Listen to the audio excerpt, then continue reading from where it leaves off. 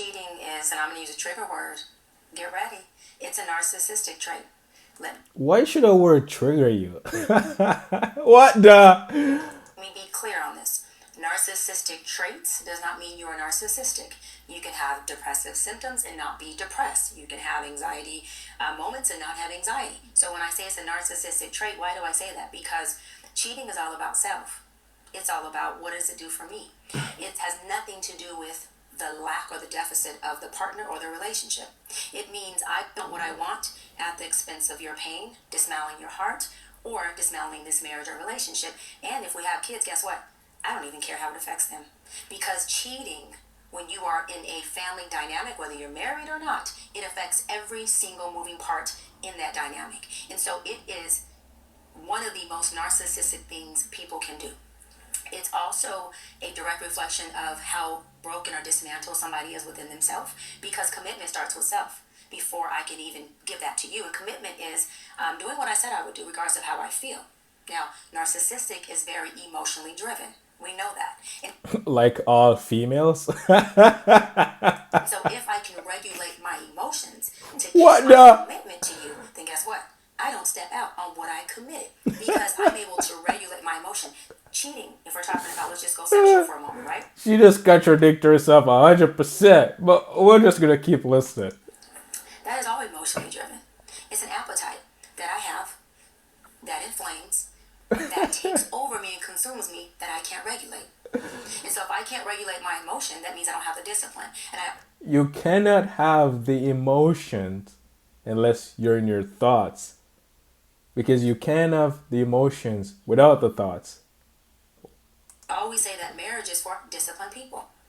And so if I don't have the discipline to say, I have an appetite to step outside this relationship and cheat in any form that I know would dismantle my partner, my kids, and this family, then that is an issue within myself, not.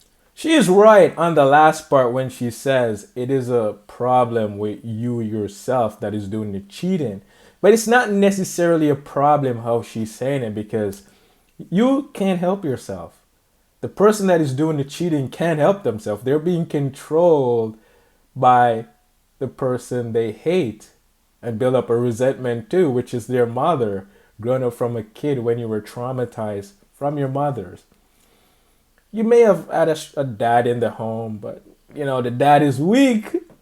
It's just what it is, man. Men are weak, and they let the woman raise the kid, and the kid grew up to be traumatized and look for love from a woman. So the same women that are complaining about these men are the same women getting kids and creating these men causing the same issue, and they're not realizing.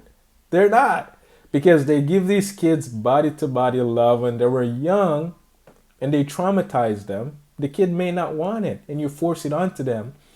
And by forcing it onto them, they don't want it and they push you away and you get sad about it. You're like, oh, give me love. And you kiss on them. And they realize that you're sad. So guess what they do? They judge, oh, mommy's sad, daddy's sad. And they give you back the love out of resentment and guilt because they don't want you to feel bad, which is actually so funny, isn't that? Because they don't want you to feel bad, they do it.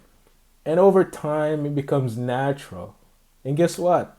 They grew up looking for it from a woman, which does not exist because women don't know how to love. They really don't. Because love is not emotional. That's why when she brought up emotional, you're emotional, you can control yourself. That's the nature of the devil. Because you're in your thoughts, you get the emotion, then you react on it. Like all females and most male these days.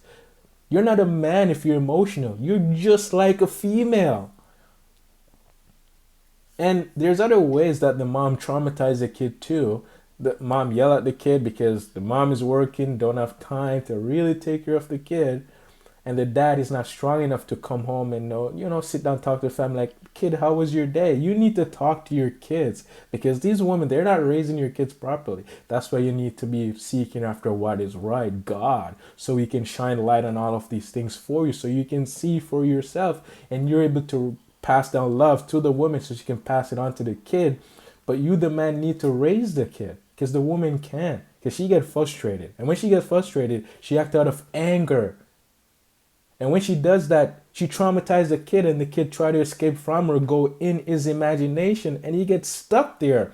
He never comes back out of the imagination. So he's living in hell because his mom put him in hell. And he end up resenting and hating his mom. And guess what? He grew up looking for that same woman, which is his mom. Whatever he resents, he end up loving, looking for it from a woman. And it creates chaos in society. But let me know what you think, man.